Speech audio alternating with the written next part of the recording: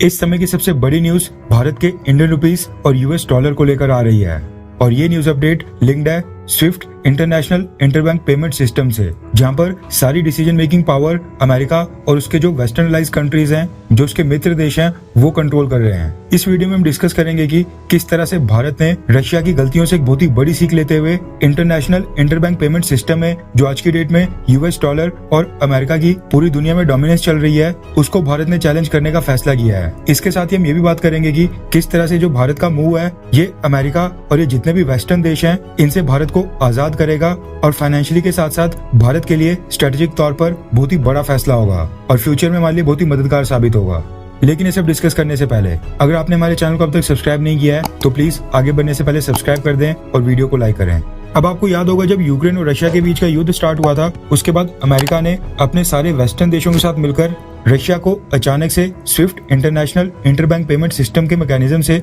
बाहर कर दिया था। अब स्विफ्ट का फुल फॉर्म होता है society for world wide interbank financial telecommunications और ये एक तरह का चैनल होता है जिसका यूज इंटरनेशनली यानी कि अलग अलग देशों के बीच फंड्स को ट्रांसफर करने के लिए किया जाता है। यानी कि एक तरह से इंटरनेशनल पेमेंट्स के लिए स्विफ्ट मैकेनिज्म का इस्तेमाल किया जाता है। आप अगर भारत से अमेरिका में कोई पैसा भेजते हैं तो भी स्विफ्ट का इस्तेमाल होगा और अगर अमेरिका से कोई व्यक्ति भारत में पैसा भेजता है तो उसके लिए भी जो स्विफ्ट का मैकेनिज्म है उसका इस्तेमाल होगा। अब जो ये स्विफ्ट था, इसकी शुरुआत 1973 में हुई थी और उसके बाद दुनिया भर में जितना भी आज की डेट में ग्लोबल ट्रेड हो रहा है, इंटरनेशनल डील्स हो रही हैं और जितना भी पैसा एक कॉन्टिनेंट से दूसरे कॉन्टिनेंट या फिर एक देश से दूसरे देश में आज की डेट में भेजा जा रहा है, उसमें स्विफ्ट का बहुत ही अहम रोल है और ये अब एक तरह से इंटीग्रल पार्ट बन गया है। और अगर नंबर्स की बात करें तो आज की डेट में दुनिया के 11,000 से ज्यादा बैंक्स स्विफ्ट का हिस्सा हैं, जो कि 200 से ज्यादा देशों और टेरिटरीज में फैले हैं। भारत की बात करें तो भारत का जो फाइनेंशियल सिस्टम है और भारत के जो बैंक्स हैं वो भी स्विफ्ट को इस्तेमाल करते हैं और उनके पास भी स्विफ्ट का एक्सेस है।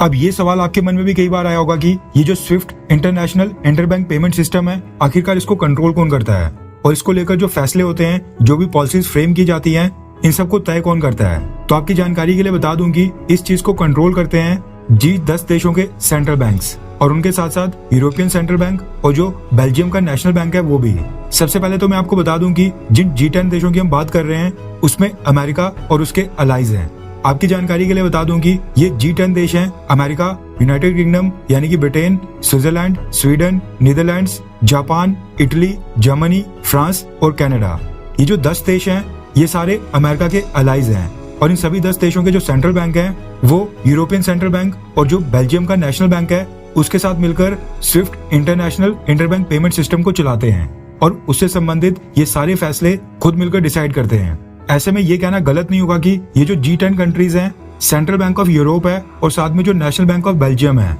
ये एक तरह से दुनिया भर के देशों के बीच आज की डेट में जो ग्लोबल ट्रेड हो रहा है उसका जो पेमेंट मैकेनिज्म है उसको कंट्रोल करते हैं। यानी ये सारी पावर्स कुल मिला के 10 से 12 देशों के पास है। इसलिए ये क्या करते हैं कि स्विफ्ट का इस्तेमाल अपने खुद के स्ट्रेटेजिक इंटरेस्ट के लिए भी करते हैं और जो उनके खुद के देशों के पर्सनल गोल्स होते हैं उनके लिए भी इस्तेमाल करते हैं। और रशिया को स्विफ्ट मैकेनिज्म से बाहर निकालना इसका सबसे बेस्ट एग्जांपल है। अगर इन्होंने स्विफ्ट पेमेंट मैकेनिज्म को पॉलिटिसाइज नहीं किया होता तो ये रशिया को कभी भी इससे बाहर नहीं निकालते। लेकिन उन्होंने ऐसा कर न सिर्फ रशिया को बहुत ही बड़ा धक्का दिया है बल्कि भारत और चाइना को भी एक तरह से वार्न कर दिया है कि हम दोनों देशों को भी इन्हीं के अकॉर्डिंग चलना होगा। अब ऑब्वियस सी बात है कि अमेरिका और जो उसके अलाइज हैं, अगर वो रशिया के खिलाफ इस तरह का स्टेप उठा सकते हैं तो कल को भारत भी इस कैटेगरी में आ सकता है और ये जो 10-12 देश स्विफ्ट को चला रहे हैं ये कभी भी भारत को ब्लैकमेल कर सकते हैं और भारत के ऊपर दबाव बना सकते हैं। अब क्योंकि भारत भी स्विफ्ट मैकेनिज्म का हिस्सा है, इसलिए अगर भारत के बैंक्स को इससे निकाला जाएगा तो भारत को बहुत ही भारी नुकसान होगा, क्योंकि जब भी किसी भी देश के बैंक्स को स्विफ्ट पेमेंट मैकेनिज्म से बाहर किया जाता है,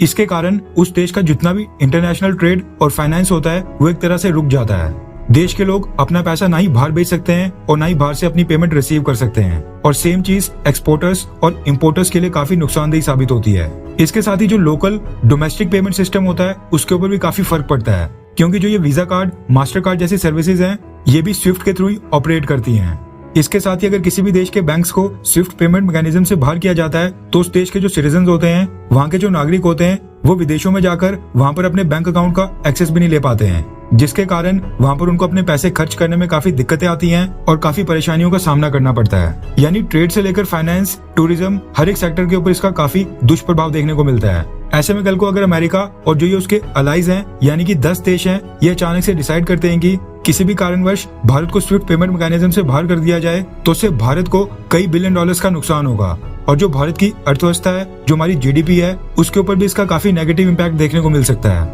ऐसे में समझदारी इसी चीज की होगी कि भारत इस चीज के लिए एक बैकअप प्लान पहले से रेडी रखे और स्विफ्ट का अल्टरनेटिव पहले से सोच कर रखे और एक ऐसा विकल्प तैयार करे जिसका कंट्रोल भारत के पास हो। और गुड न्यूज ये निकल कर आ रही है कि मोदी सरकार ने इस दिशा में बहुत ही बड़ा स्टेप उठाने का फैसला किया है। रेफरेंस के लिए आपकी स्क्रीन के ऊपर डेक्कन हेराल्ड के आर्टिकल का स्क्रीनशॉट है, जिसके मुताबिक अब भारत की सरकार स्विफ्ट की तरह एक इंटरनेशनल इंटरबैंक पेमेंट मैकेनिज्म लेकर आ रही है, जिसमें ट्रेडिंग होगी, यानी कि ट्रेड होगा इंडियन रुपीज में, यानी कि भारत की खुद की करेंसी में। रिपोर्ट के मुताबिक भारत का जो इंटरनेशनल इंटरबैंक पेमेंट सिस्टम होगा वो स्विफ्ट से काफी मिलता जुलता होगा और वो भी इंटरनेशनल ट्रेड और पेमेंट्स को फैसिलिटेट करने के लिए इस्तेमाल किया जाएगा। अब भारत की सरकार कह रही है कि वो इस तरह का स्टेप इसलिए उठा रही है क्योंकि वो खुद की करेंसी यानी इंडियन रुपीस को इंटरनेशनलाइज करना चाहती है, लेकिन इसके पीछे भी एक बहुत ही बड़ा कारण है। अब नो डाउट कि अगर भारत स्विफ्ट का एक अल्टरनेटिव लेकर आता है जिसमें हम दुनिया के बाकी देशों के साथ इंडियन रुपीस में ट्रेड करते हैं, तो इससे भारत की जो खुद की करेंसी है उसको काफी फायदा होगा,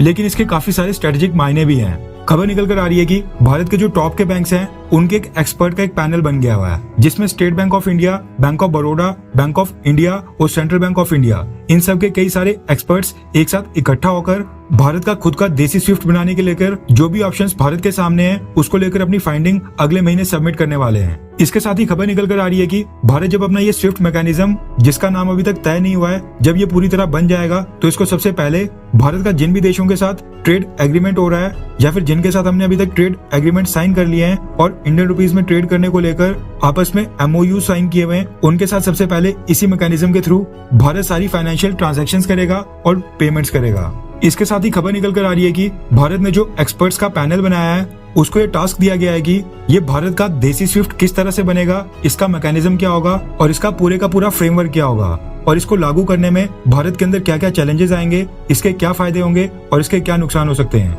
ये सारी चीजें डॉक्यूमेंट करने के लिए कही गई हैं और जो भारत का सेंट्रल बैंक है यानी कि रिजर्व बैंक ऑफ इंडिया, उसके साथ शेयर करने के लिए कही गई है। कहने का मतलब है कि भारत का जो ये देसी स्विफ्ट होने वाला है, इसको लेकर अभी चीजें बहुत ही अर्ली स्टेज में है और इसको लेकर चीजें अभी तैयार की जा रही हैं और ये सारे ऑप्शंस आज की डेट में भारत की सरकार तलाश रही है। अब इसमें कोई डाउट नहीं है कि जो भारत का स्विफ्ट होने वाला है, यानी कि जो ये इंडियन स्विफ्ट होगा, ये भारत के लिए बहुत ही बड़ा एसेट होगा, क्योंकि जब भारत इसको पूरी तरह से डेवलप कर लेगा उसके बाद भारत को ये डर नहीं होगा कि अगर भारत की सरकार अमेरिका, ब्रिटेन, फ्रांस या जर्मनी के खिलाफ कोई कदम उठाती है तो फिर उस केस में ये देश रशिया की तरह भारत को भी स्विफ्ट मैकेनिज्म से बाहर कर देंगे, क्योंकि भारत के पास पहले से उसका एक विकल्प ऑलरेडी तैयार होगा और वो भी ऐसा विकल्प जिसमें हम अमेरिका या फिर यूरो की करेंसी में ट्रेड नहीं कर रहे होंगे बल्कि खुद की इंडियन रुपीस की करेंसी में ट्रेड करेंगे और वो भी भारत के लिए एक बहुत ही बड़ी बढ़त होगी, क्योंकि अगर हम अपना खुद का देसी स्विफ्ट बनाते हैं और वहाँ पर भी अमेरिका और यूरो करेंसीज को प्राथमिकता देते हैं तो कल को अमेरिका और यूरोप ये फिर से भारत के ऊपर सैंक्शंस लगा सकते हैं।